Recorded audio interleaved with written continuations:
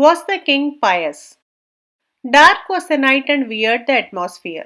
It rained from time to time. Gusts of wind shook the trees.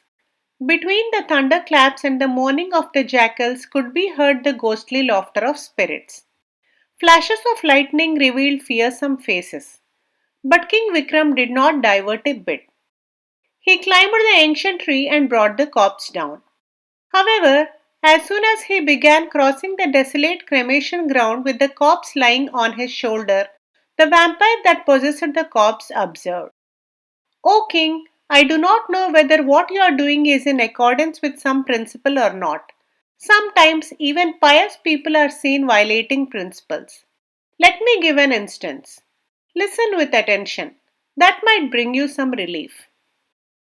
The vampire went on.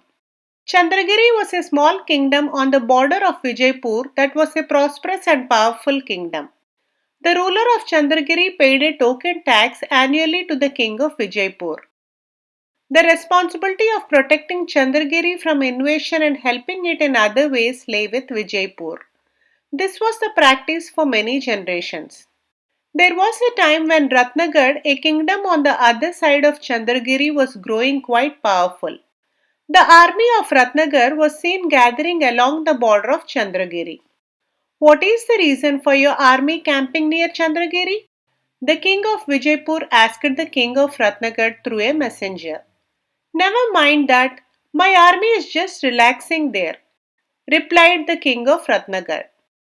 The king of Vijaypur was invited to attend the marriage ceremony of the princess of Simhapur.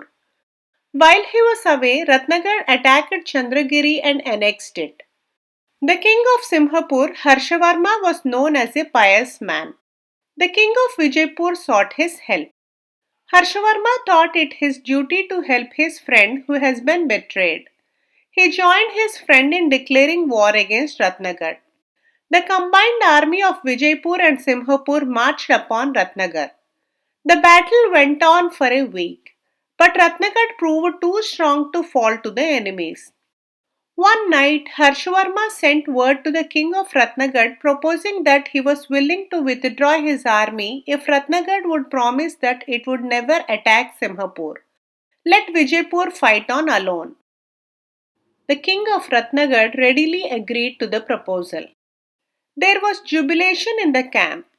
If the army of Simhapur withdrew, the Vijaypur army cannot stand the ground even for an hour. At night, when there was merrymaking in the ranks of the Ratnagar army, the combined army of Simhapur and Vijaypur dashed into them with redoubled vigor and destroyed them. The king of Ratnagar was humbled. Harshavarma obliged him to restore Chandragiri to Vijaypur. Moreover, Ratnagar had to pay a large sum of money as compensation to both Vijaypur and Simhapur. Ratnagar's backbone was broken. It could never grow powerful again. The vampire paused for a moment and then asked King Vikram in challenging tone. King Harshavarma was known to be a pious man. How could he then take recourse to treachery? How could he throw the principles to the wind? Answer me, O king, if you can. Should you keep mum despite your knowledge of the answer, your head would roll off your shoulders. King Vikram answered forthwith. If Harshvarma was known to be pious, that was certainly not for his policy in the battlefield. He was called pious because he ruled his kingdom with piety. The principle of piety was not relevant in the battlefield. The king of Vijaypur, who was his friend, had been betrayed by Ratnagar while living as his guest. The principle of friendship prompted Harshavarma to help Vijaypur in its mission to recover Chandragiri. Besides, we must not forget the fact that it was the king of Ratnagar who had taken recourse to treachery first. Harshavarma only paid him back in his own coin. No sooner had King Vikram concluded his answer than the vampire, along with the corpse, gave him the slip. Please like, share and subscribe if you enjoyed this video. Do provide your feedback in the comment section below. Thanks for listening.